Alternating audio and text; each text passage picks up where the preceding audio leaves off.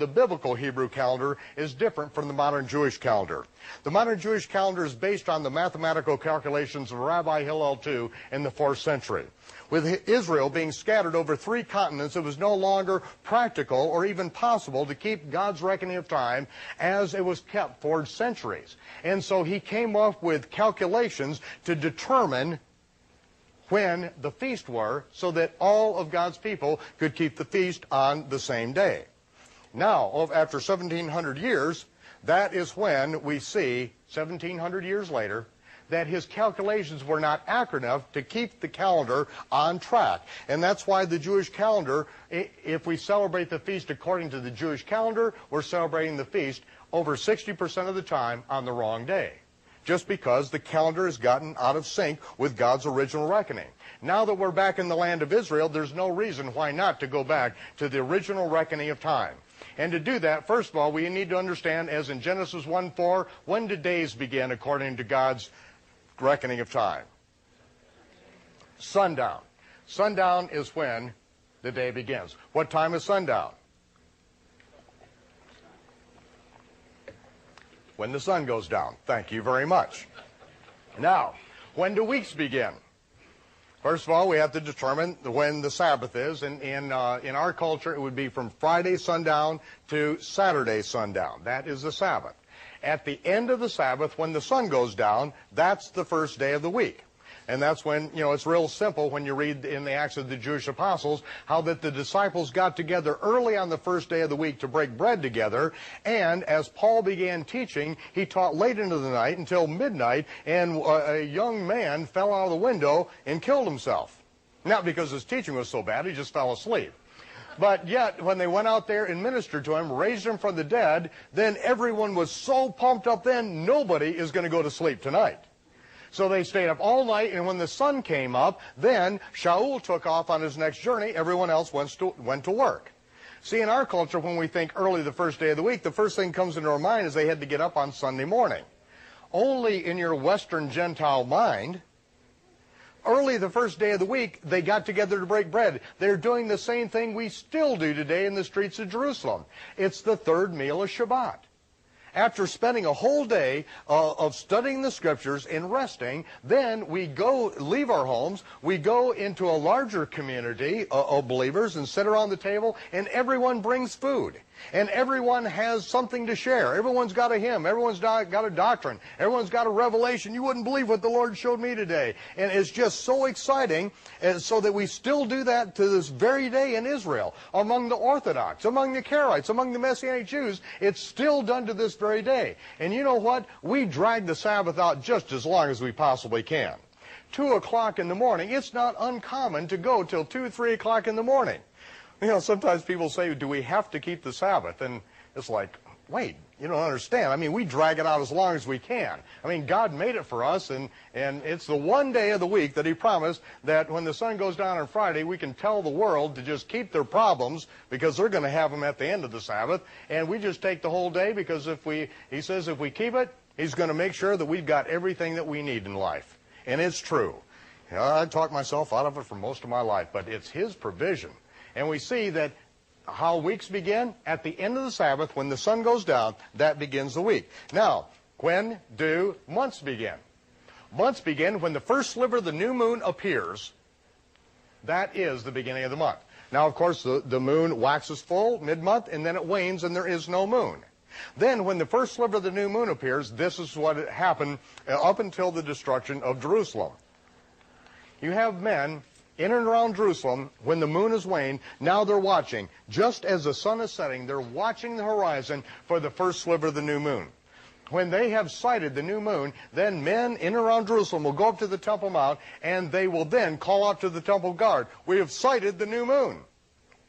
Temple guard comes down, sees that there are at least 2 witnesses. He goes up and gets a member of the Sanhedrin, the elders of Israel, and he comes down and he interviews those men. And when he has 2 verifiable sightings, then he goes up to the Temple Mount and assembles the elders in the Hall of Hewn Stones adjacent to the temple, and then alerts the Kohen Gadol, the high priest, and says, we have 2 men who have sighted the new moon. The high priest stands up on top of the Temple Mount, all the way up on the Temple Mount, and he calls out to those 2 witnesses, come up hither, come up here. And those two witnesses ascend up onto the Temple Mount, appear before the elders and the high priest, giving their sighting of the new moon, and just as soon as both of them give the concurring witness, the high priest says, sound the trumpets! And the trumpets blast on the Temple Mount. Then down the Tyropoeon Valley, up on Mount Zion, they have the wood stacked, they put the torch to the fire, and a pillar of fire and a cloud of smoke goes up into the air, and then to Bet Kara and out to Tekoa, and all of the mountaintops throughout the land of Israel. That's where the sentries, the watchmen, are watching. And when they see it off in the distance, they see that fire and that pillars of smoke, then they take the torch, they put it to the wood, and that pillar of fire goes up, they blow the shofar, and within an hour, the entire land of Israel knows it is Rosh Chodesh. It is the sanctification of the new moon. It is the first day of the new month. It's a lot more interesting than looking at our watch and saying, well, I guess it's the first again. But see, these are the Moedim, the rehearsals that God has put in His culture of His people, the living oracles that show the picture of the coming Messiah and what He must fulfill. Now, when do years begin?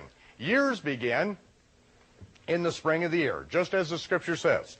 It is the month of the Abib. And here we have on the chart before you the month of the Abib, and it is generally the first new moon after the vernal equinox. However, that's not the way it's determined.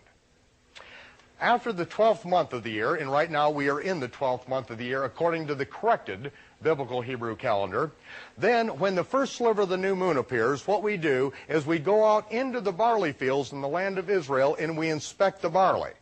Because we know that if this is the month of the Abib, that as early as 15 days later, we are going to perform the first fruits sheaf gathering and that first fruits wave offering on the first day after the weekly Sabbath during the Feast of Unleavened Bread. And so to do that, the barley must be Abib, which is in reference to a level of maturity of the barley harvest. Now, if the barley is not Abib, if it's not mature, and how we tell is we take some barley and we put it in the fire. And when the fire then singes that barley, if the barley is not Abib, all of the seed heads will just be vaporized. There will be nothing left. But if you put it in the fire and then it leaches out all of the moisture and you could actually take that grain and grind it, then the barley is Abib. So we see that when the first sliver of the new moon after the 12th month appears, if it is Abib, then it's the month of the Abib. If not, it is Adar Bet, it's a 13th month. In other words, a leap year. And then when the first sliver of the new moon appears then, it will be the month of the Abib. The lunar month, as you can see, is 29.530587 days long. And here is a picture of, and this is on the back of your calendar, the first sliver of the new moon, and is the first day of the month of Marheshwan. On the back of your calendars you see that, and as you're standing before this, we are on the Mount of Olives. This is the King David Hotel, and the Temple Mount is over here to the left, and right here at this moment it is 10 November of 1999, the Marine Corps birthday. And it is on this time that 40 Jews are assembled together on the side of the Mount of Olives. They are rabbinic Jews who do not believe that Jesus is the Messiah. They are Karaite Jews who don't agree with the Rabbinites, but they still don't believe Jesus is the Messiah. And there are Messianic Jews who believe that Jesus is the Messiah. We're all together for the first time on the celestially correct day, and we are declaring the new month on the right day for the first time in 2,000 years. Right here at this moment as this picture is taken. I then bring out a bag of native Israeli barley, which cost me an arm and a shekel, and everyone reaches in, grabs a handful of it, and spreads it on the side of the Mount of Olives. We plant, within the next 2 days, we plant 8 barley fields in the land of Israel on the soil belonging to priests and Levites in the land of Israel. It's the first barley that's been planted on Jewish soil since the destruction of Jerusalem in 70 A.D. This is what is required for us to be able to declare the Abib this coming year. And as I said 3 years ago, that we will be on God's calendar by the beginning of the 7th millennium. It could not happen until we planted barley fields in the land of Israel. And here we are, I'm throwing sheep manure right here. This is Tekoa, where Amos, the Tekoan sheep herder, prophesied of the day of the Lord, and this is the primary barley field and the first one that we built, and this is all built up from the archaeological excavation of the Herod's Herodian. In the background here, we brought in 2 dump truck loads, and then we cover it with sheep dung from Miro Cohen, the priest, who is the only Tekoan sheep herder left after 3,500 years. Then we have Messiah and also Bruce Brill. Messiah is Messianic. Bruce Brill is a rabbinic Jew, and they are planting the barley, and here it is, the first day of Maheshwan. Here is a shot of the archaeological site, which is called the City of David, just down into the side of the Kidron Valley, and we have planted a barley field here, and here are 8 Arab boys, and their job is to make sure that no one messes with this barley field. If they do their job, we're going to bring them a present back from America. And God said, let them be for signs and for seasons, for days and for years. Now the word season, again, as I said, is the word Moedim, the feast of the Lord.